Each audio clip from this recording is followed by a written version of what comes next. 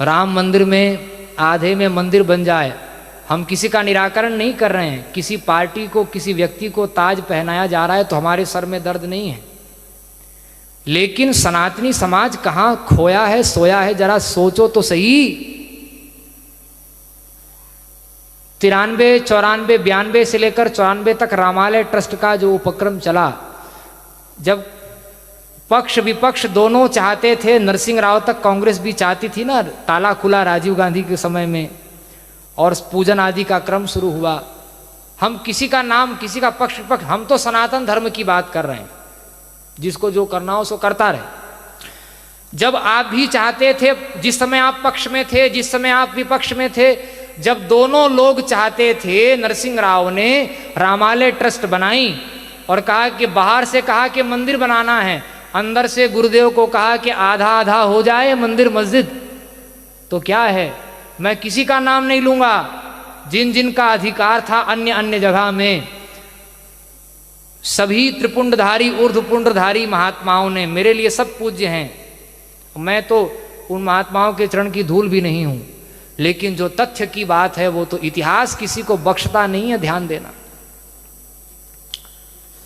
इतिहास निरावरण होता है। बड़े बड़े महात्माओं ने कह दिया बाहर से कि मंदिर ही बनेगा, अंदर से गुरुदेव ने पूछा खुल के बताओ मंदिर मस्जिद की बात होगी तो, अगर जिस दिन मस्जिद की बात आई उस दिन सरकार गिराने के लिए सबसे पहला प्रचार फिर मैं करूंगा, गुरुदेव ने कहा। सबने हस्ताक्षर किया, केवल और केवल पुरी के शंकराचार्य जी ने कहा कि आधे में मंदिर आधे में मस्जिद, ये काला बाजारी नहीं चलेगी, बनेगा तो भगवान का मंदिर बनेगा। एक दुष्ट आतंकवादी धर्मद्रोही को पुरी का शंकराचार्य बनाकर फिर घुमाया। उस समय धर्म सत्ता के, राजनीतिक सत्ता के ठेकेदारों ने घुमाया, उसको पोषण दिया, आज भी पोषण दिया जा रहा है, लेकिन उसी से सबका विनाश होगा, ये भी ध्यान रखिए। कोई ना कोई तो निमित्त चाहिए। सीता जी का हरण नहीं होता तो रावण थोड़ी मरता। देवकी के केश न पकड़े होते कंस ने, जब तक घर में हमला नहीं होता तब तक भगवान भी सक्रिय नहीं होते हैं। घर में हमला हुआ है तो सबको ठिकाने लगाने का अवसर प्रकृति उत्पन्न करी, अभी धैर्य धारण करिए। ये तो शंकर की गद्दी है,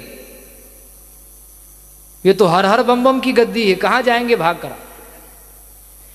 नकली आतंकवादियों को आचार्य जगत गुरु बनाकर देश विदेश में घुमाया गया। सिलचर में पुरी के शंकराचार्य को उड़ाने के लिए मंच पर बम लगाया गया। गोधरा कांड में जब जा रहे थे पत्रकारों को मना कर दिया गया कि कोई शंकराचार्य नहीं आया, ऐसा ही छापो। पूरी की पूरी ट्रेन उड़ाने की योजना बनी, ट्रेन में बम लगा। फिर जनरल में दूसरी ट्रेन पकड़कर पुरी के शंकराचार्य जी गए। राम मंदिर में हस्ताक्षर नहीं किया गया, अपहरण कराने का, मरवाने का। ये बात गुरुदेव बार बार मन से नहीं बोलते, आज हम कह रहे हैं। जितना एक सामान्य से सामान्य साधु पर अत्याचार हो सकता है, इन 30 वर्षों में कई राज्य की और केंद्र की सरकारों ने, और कोई पार्टी आज देश में राष्ट्रीय स्तर की ऐसी नहीं जिसने यह अत्याचार न किया हो। वो अड़े रहे। जब दोनों पक्ष विपक्ष की नीयत मंदिर बनाने की थी तो ये 14 और 24 की बात नहीं, मैं सभी तथ्यों को ध्यान में रखकर बोल रहा हूं। अगर सचमुच में मंदिर की नीयत थी तो कम से कम 30 साल पहले मंदिर में भगवान प्रतिष्ठित हो गए होते। पहले जो सत्ता में थे उन्होंने हिंदुओं को अटका के कि हम बनाएंगे, हम बनाएंगे, हम बनाएंगे, हिंदुओं को झुलाया उन्होंने। और मंदिर न बना के जब वोट बैंक बनाकर जब काम चलता था, वोट मिलता था, तब मंदिर न बना के उस समय के सत्ताधारियों ने वोट लिया। उसके बाद में रथ यात्रा हुई, उनकी टोकरी से इस राम मंदिर की गेंद को किसी और टोकरी में डाला गया। और बुरा न मानो, होली है, सत्य तो कड़वा होता है, लेकिन मैं अपनत्व पूर्वक कह रहा हूं, अगर नियत होती तो दोनों के सामंजस्य से 30 साल पहले मंदिर बन जाता। 30 साल का विलंब हुआ है, 500 साल का कलंक नहीं मिटा। लाखों नागा मिटे हैं, लाखों सन्यासी, लाखों त्रिपुंड और ऊर्ध्वपुंडधारी मिटे हैं। उनका नाम लेने वाला कोई माई का लाल आज नहीं रह गया।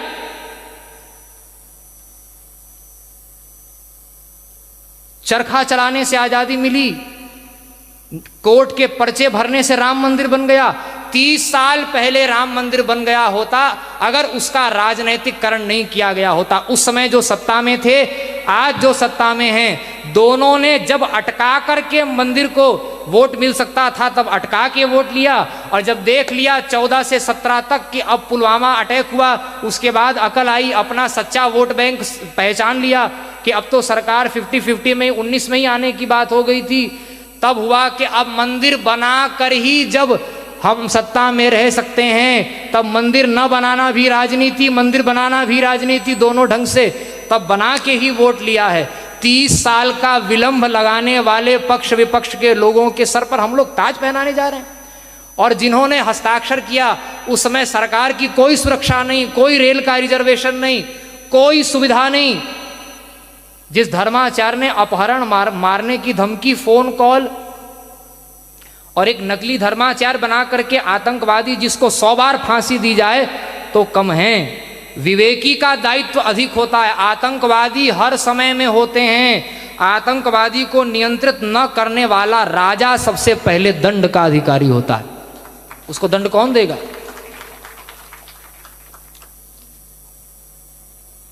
मंदिर की नियत होती तो, लेकिन पूरा संत समाज विभोर है। हम भी विभोर हैं कि भगवान प्रतिष्ठित हो रहे हैं। खून के आंसू रोए हैं महात्मा, तब मंदिर बना है।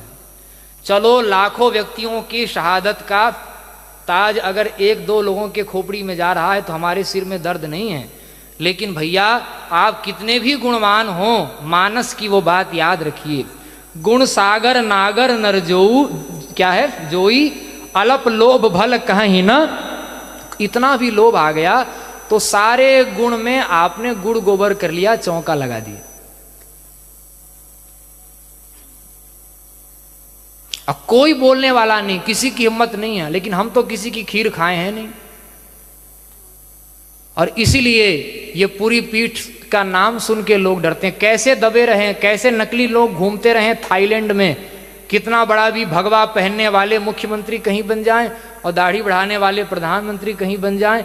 आतंकवादी शंकराचार्य बनकर घूम रहे हैं। इससे बढ़कर के देश में मैं सावधान करना चाहता हूं, वो दिन दूर नहीं है कि फिर इस देश में 2 और 3 प्रधानमंत्री घूमने लग जाएंगे। सावधान रहिए। जब जब महापुरुषों ने जो बात की है उसको जब जब उपेक्षा की है, तब साधु अवज्ञा कर फल ऐसा, जरई नगर अनाथ कर जैसा। कोई बचाने वाला नहीं मिलेगा।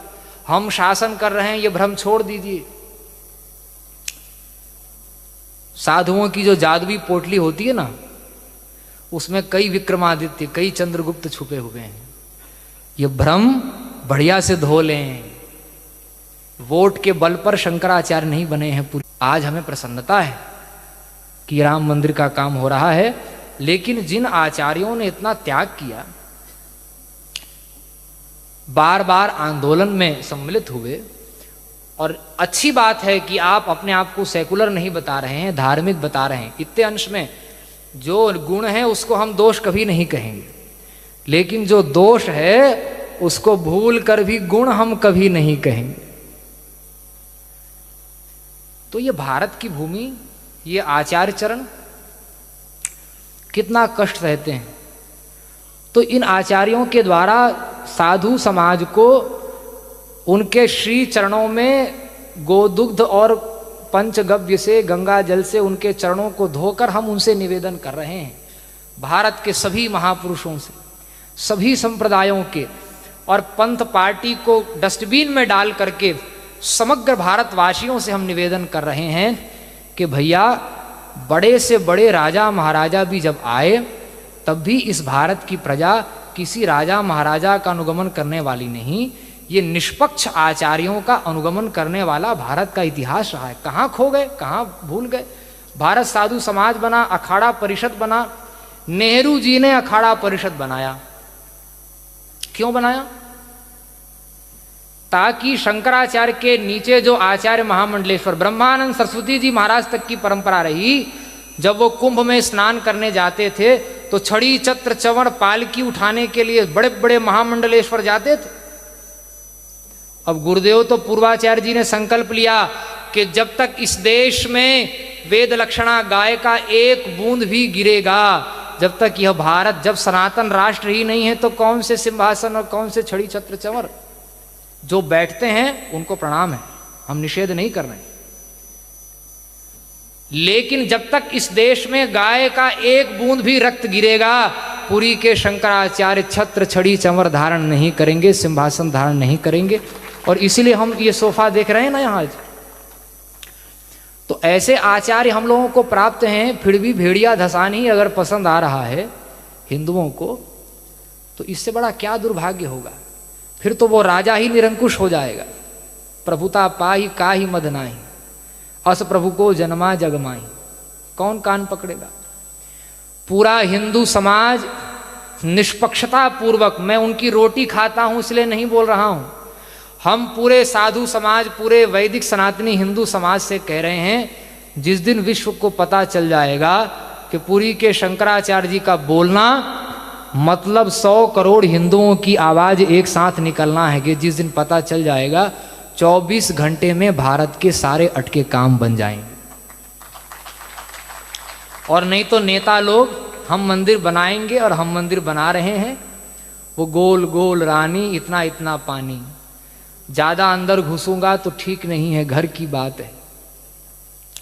और भारत हमारा घर ही है। तो बहुत अच्छा है, स्वागत है। हम बात बता रहे थे, मूल धारा में फिर से आ जाइए। ये तो अवान्तर बातें, ये भी जानना जरूरी था। महाराज अखाड़ा परिषद बना जब, उसका एकमात्र उद्देश्य था कि आचार्य महामंडलेश्वर, महामंडलेश्वर, मंडलेश्वर, श्री महंत, महंत और नागा, ये शंकराचार्य राजा होते थे। आदि शंकराचार्य जी ने अखाड़े नहीं बनाए। आदि शंकराचार्य जी के 1000 साल बाद चारों पीठ के शंकराचार्यों ने अखाड़े बनाए। ये बात भी जानना चाहिए। शंकराचार्य की सेना, ये जो नागा हैं, मंडलेश्वर, महामंडलेश्वर हैं, ये कहीं संघर्ष का केंद्र यही न बन जाएं, इसलिए उस समय के लगभग सन 52 की बात है। पूरा हमने इतिहास एक पुरानी पुस्तक में पढ़ा है, कई पुस्तकों में बहुत कुछ संग्रहित किया है। 51-52 में ये हुआ। बाद में पीछे भारत साधु समाज बना, अखाड़ा परिषद बनाया। उसका उद्देश्य था 52 से 56 तक पूरी प्रक्रिया चली थी। नेहरू जी गए थे प्रयाग के कुंभ में, जूता पहनकर गंगा में घुस गए थे, बड़ा भारी विरोध हुआ था। तो अखाड़ा परिषद बनाया ताकि शंकराचार्यों की सेना डाइवर्ट हो करके सरकारी सेना बन जाए। 13 अखाड़ों में से एक अध्यक्ष बना लिया जाए, और सारे मंडलेश्वर फिर उन्हीं का आदेश पालन करेंगे, शंकराचार्य का आदेश पालन नहीं करेंगे। हमारी परंपरा प्राप्त व्यासपीठ को दुर्बल बनाने के लिए यह परिषद बना। किस जो महात्मा उसमें है उनका हम खंडन नहीं कर रहे हैं, हमारे सामने आएंगे तो हम साष्टांग प्रणाम करेंगे उनको, लेकिन सत्य को भी हम लोग जान लेना। साधु हैं तो किसी परिषद के नाम पर साधु थोड़ी हैं। अरे हमारे गुरु महाराज ने भेज दिया इसलिए साधु हैं। अब किसी नेता ने जो अखाड़ा बनाया उसकी क्या औकात है, उसके बल पर हम साधु हैं क्या? अपनी साधुता से, अपनी परंपरा से साधु हैं। तो नारायण, ये काम हुआ कि नहीं हुआ था? शंकराचार्य की परंपरा प्राप्त जो स्थिति थी, वो परंपरा प्राप्त आचार्यों को दुर्बल बनाया गया। परंपरा प्राप्त जो आचार्य रह गए उनको भी इधर उधर पक्ष विपक्ष में किसी न किसी पार्टी में खींच करके उनको पूरा रंग में रंगने का, ये सब बहुत बड़ा इतिहास है, वो सब कहने की बात नहीं है। ये सब बातें अवान्तर हो गई। लेकिन जब तक पूरा हिंदू समाज निष्पक्ष और केवल शास्त्र का पक्ष लेने वाले आचार्य के साथ जब तक हिंदू समाज खड़ा नहीं होगा, तब तक वही होगा। अब 25 किलोमीटर दूर भारत की सबसे बड़ी मस्जिद बनने वाली है। लोगों को बड़ा आश्चर्य, आप लोगों को पता होना चाहिए, भारत में पहले से ही एशिया की सबसे बड़ी मस्जिद है। बड़ी मस्जिद बनेगी तो अब आप लोगों को कहा जा रहा है कि भारत की, सच्ची बात यह है कि दुनिया की सबसे बड़ी मस्जिद बनाने का उपक्रम चल रहा है। और उसकी पुनरावृत्ति मथुरा में हुई और काशी में अगर हुई तो बार बार जगत गुरु कह रहे हैं कि एक ही उत्तर प्रदेश में 3 पाकिस्तान बन जाएंगे। तब आप क्या करिए? इसलिए जो आपको उचित लगे वो अवश्य करें, लेकिन हमको अगर 100% कहीं खड़ा होना हो तो किसी संघ, किसी संगठन, किसी पार्टी का पक्ष न लेते हुए साधु समाज, हिंदू समाज, इस समय में तो कम से कम पुरी के आचार्य चरण ऐसे प्राप्त हैं जो निष्पक्षता से धर्म के लिए बोल रहे हैं। अपना रक्त देने के लिए भी हमको उनके पीछे तैयार रहना चाहिए, भटकाने वालों के पीछे नहीं। उनके हाथ में मीडिया, उनके हाथ में सब कुछ है, वो तो सच्चाई आप तक पहुंचने नहीं देंगे, आप खाली सर हिलाते रह जाएंगे। तो वेद के बारे में कह रहे थे रावत जी,